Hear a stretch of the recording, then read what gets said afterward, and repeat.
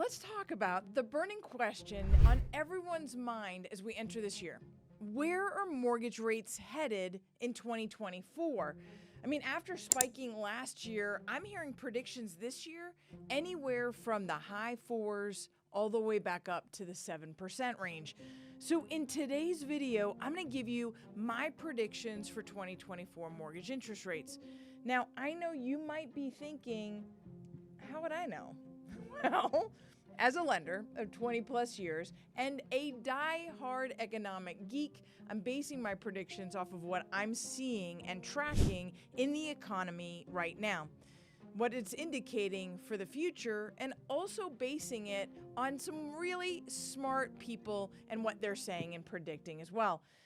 But before we get into the good stuff, if you enjoy content about the housing market and interest rates and the economy, or if you just find value in this video, it would mean the world to me if you could hit that thumbs up button and subscribe to my channel.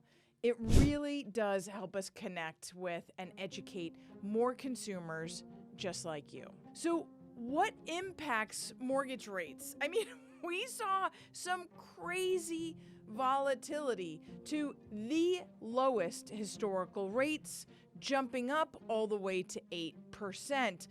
So what exactly happened in the last 2 to 3 years? Well, I want to talk about that for a minute, and I don't want to go knee deep because we're all kind of pandemicked out. But we have to recall that we had a complete global shutdown, an economic shutdown where workers had to stay home. Well, all of a sudden, there's no more production on the production line. There's no more factory workers in the factories, and there's nobody working the retail shops unless you were essential. So everybody got sent home and in fear, so everybody seized up. Then all of a sudden, people started figuring out that what you do when you stay home is you go shopping. About the same time, the federal government decided that we needed stimulus packages in order to ensure that the economy kept moving forward. And the Fed dropped the Fed rate all the way down to 0. Yay, game on, right? I mean, all of a sudden, everything was cheaper and liquidity was high. It was a massive sugar rush. Well, at some point, it has to end. At some point, the parents finally figure out that they've got to take the lollipops away. No more Coke after 11 p.m. So what happened? The Fed decided that we need to start raising the Fed rate. The stimulus money had not run out, but had stopped being given out. And the economy was still spending. The stock market was still doing good. It was too hot. Inflation was climbing rapidly. So you can debate whether or not the Fed did it soon enough, not soon enough, too late. Those debates have been done. But they did it. They did it March of 2022 when they raised the Fed rate a quarter, starting what would become a series of Fed rate hikes from 0% all the way up to 5.5%. Well, if that doesn't put a little bit of the brakes on, nothing else will.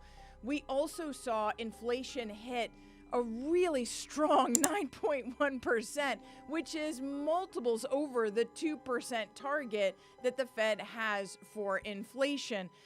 On top of that, with the Fed rate hikes, we also saw stress in our financial markets, and we saw banks failing. We saw conflicts erupting, which created tightness in different supply chains at different times. All of this unrest created a massive amount of volatility in our market, and we saw our interest rates spiking, going from an all-time low to the 3.3% they were right before the Fed instituted that first rate hike, to a 6.6% at the beginning of 2023. They had touched 8% during that time and also dropped down to 5.99 during that time. A lot of volatility. Well, that's where we kicked off 2024. After the volatility, we were right back to where we started 2023 with a 6.6% interest rate. So all in all, the biggest drivers of our mortgage interest rates were the Fed, were the crazy out of control inflation, and then the market expectations. And I want to double click on that because that's what moved the interest rates at the very end of 2023. The Fed finally decided that we might have hit the top. we've hit the top of the cycle, whereas we're not going to raise the Fed rate any further. And we should see that this was the top of our inflation. So from here, we come down. The markets celebrated. The Fed announced 3 Fed rate cuts in 2024 per their Fed dot plot map. The markets didn't believe it. We like our sugar. We like it all the way to 11 p.m. They wanted to see 6 rate cuts at least, and they want them as soon as March. The market celebrated.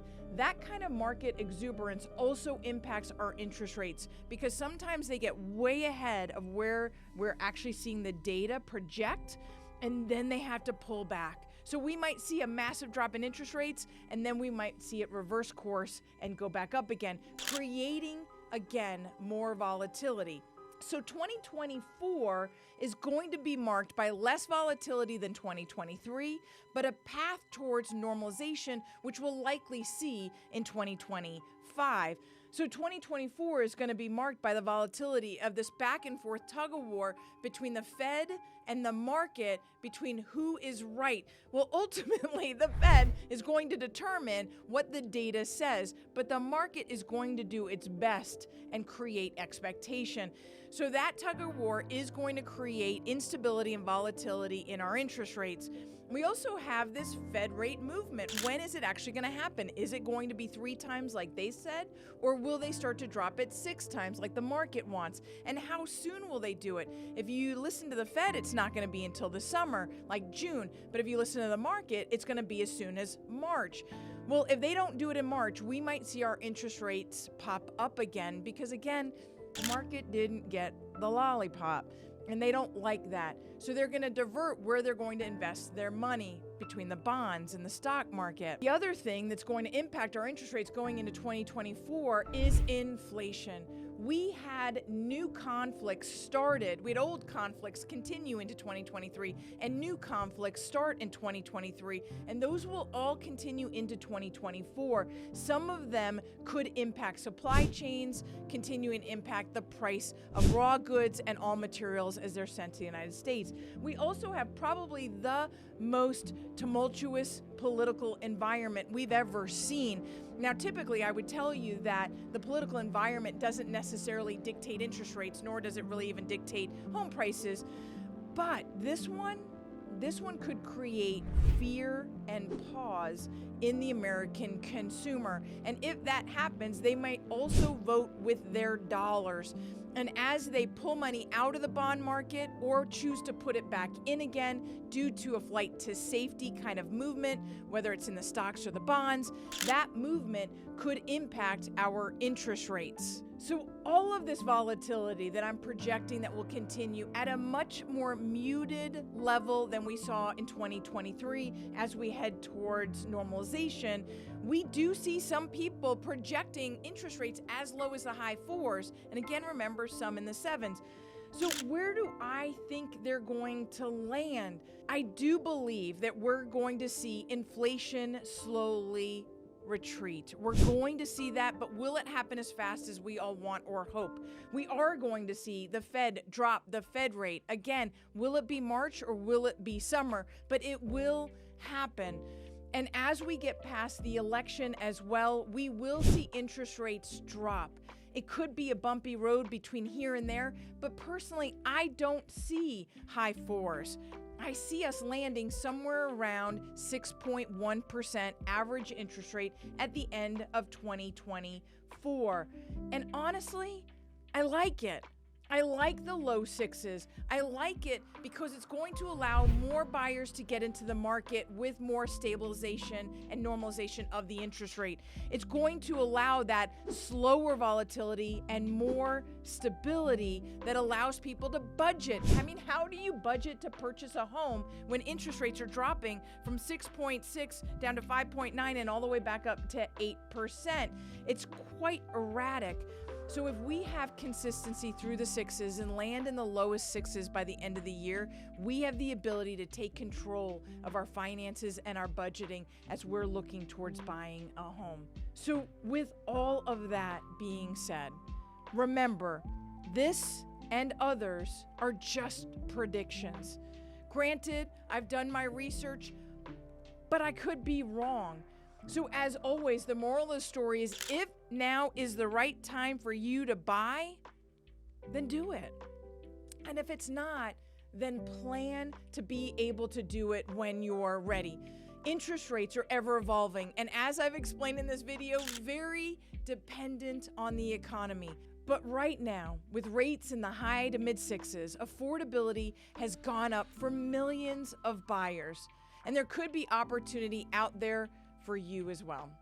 So that's what I've got for you today. If you haven't done so already, I would love for you to like this video and subscribe to my channel. The Rueth team and myself, we would love to walk this journey with you. And until then, I'll see you next time.